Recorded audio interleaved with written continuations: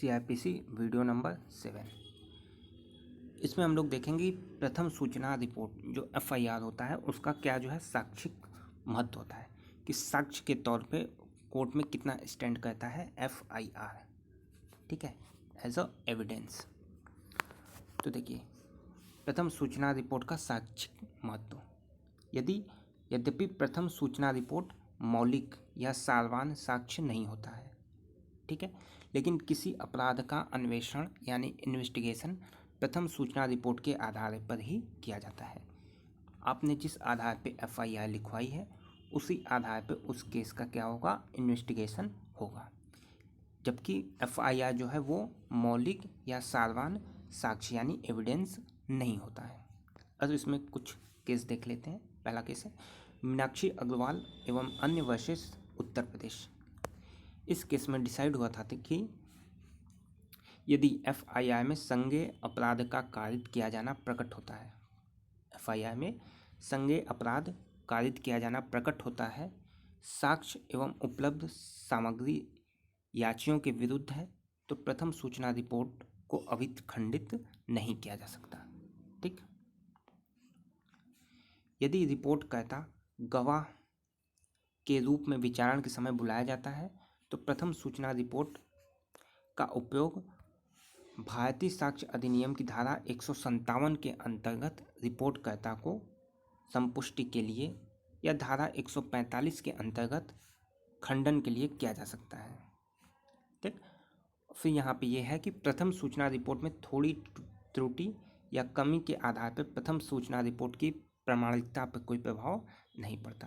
यानी थोड़ी बहुत त्रुटि या कमी भी हो गई तो उस आधार पे आप ये नहीं कह सकते कि जो FIR है वो गलत है या अप्रामाणिक है। ये कौन सा केस था, Meenakshi Agarwal versus Uttar Pradesh.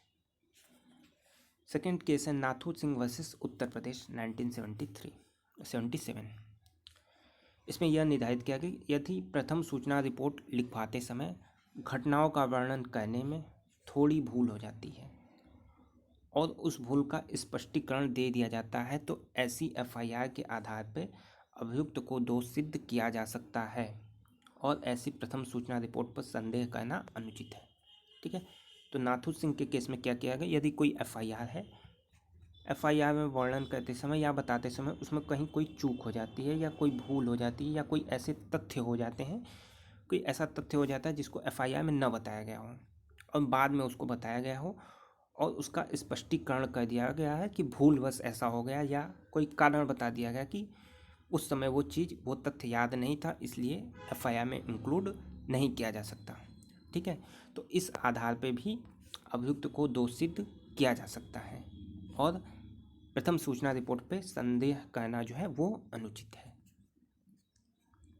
Last case है उत्तर प्रदेश वर्सेस लल्ला सिंह। इस मामले में यह निर्णित किया गया कि यदि किसी प्रथम सूचना रिपोर्ट में सभी गवाहों के नाम का उल्लेख नहीं किया गया है तो इस आधार पर प्रथम सूचना रिपोर्ट के साक्षिक महत्व पर कोई प्रभाव नहीं पड़ता। ठीक है, कि गवाह जो है बाद में भी इंक्लूड किए जा सकते हैं, FIR में नहीं, न्यायालय की कार्रवाई में। ठीक है, तो उत्तर प्रदेश वर्सेस लल्ला सिंह में यह जो है आया था कि FIR में सभी गवाहों के नामों का उल्लेख नहीं किया जाता है तो इस आधार पर भी FIR जो है वो साक्ष्यात्मक महत्व पर कोई प्रभाव नहीं पड़ता। ठीक है, तो ये क्वेश्चन था आपके लिए कि FIR का साक्षिक महत्व। प्लेलिस्ट में कंप्लीट वीडियो है, आप उन्हें जाके देख लें।